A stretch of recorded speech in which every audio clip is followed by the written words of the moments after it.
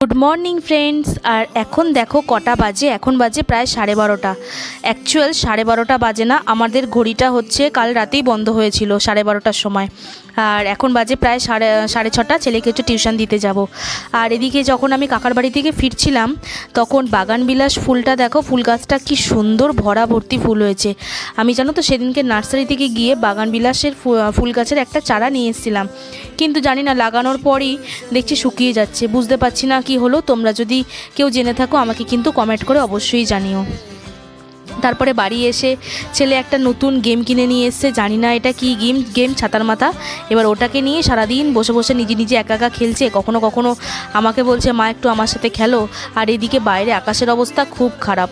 এই আকাশ দেখে না আমার যেন মাথা খারাপ হয়ে যাচ্ছে। কেন বলো তো, টিউশনগুলো যখন যেতে হয় না, এই আকাশ থাকা সত্ত্বেও পুরো ভিজে ভিজে আসতে হয়। আর চারিদিকে জল কাদা ঠান্ডা লাগাতে আমার অবস্থা পুরো খারাপ। দেখো চোখের তলায় কেমনভাবে কালি লেগে গেছে। আর তারপরে হচ্ছে গাছগুলোকে চলো তোমাদের সাথে একটু শেয়ার করি। যে এই বর্ষার জলটা পেয়েছে গাছগুলো যেন তরতরিয়ে বেড়ে উঠেছে। আর এদিকে যে সেদিনকে তোমাদেরকে স্পাইডার প্ল্যান্টটা দেখিয়েছিলাম, দেখেছো গাছটা এখন সুন্দরভাবে বেঁচে উঠেছে আর বেশ পাতাগুলোও সুন্দর হয়েছে।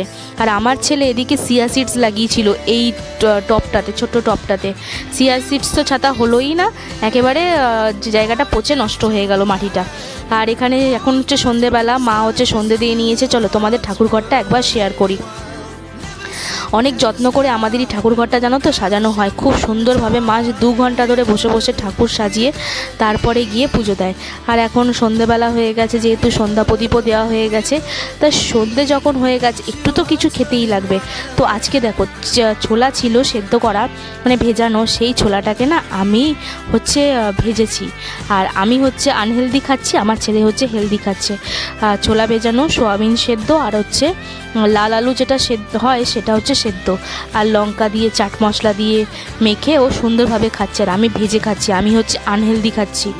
আর ছেলেদের তো আমার ছেলেকে আমি এই সেদ্ধ খাওয়ানোই চেষ্টা করি, আর ছেলে খুব পছন্দও করে খেতে।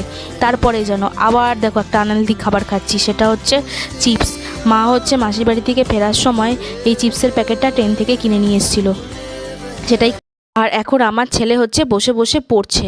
চলো আবার তোমাদের সাথে দেখা হবে নেক্সট কোনো ব্লগে। টাটা।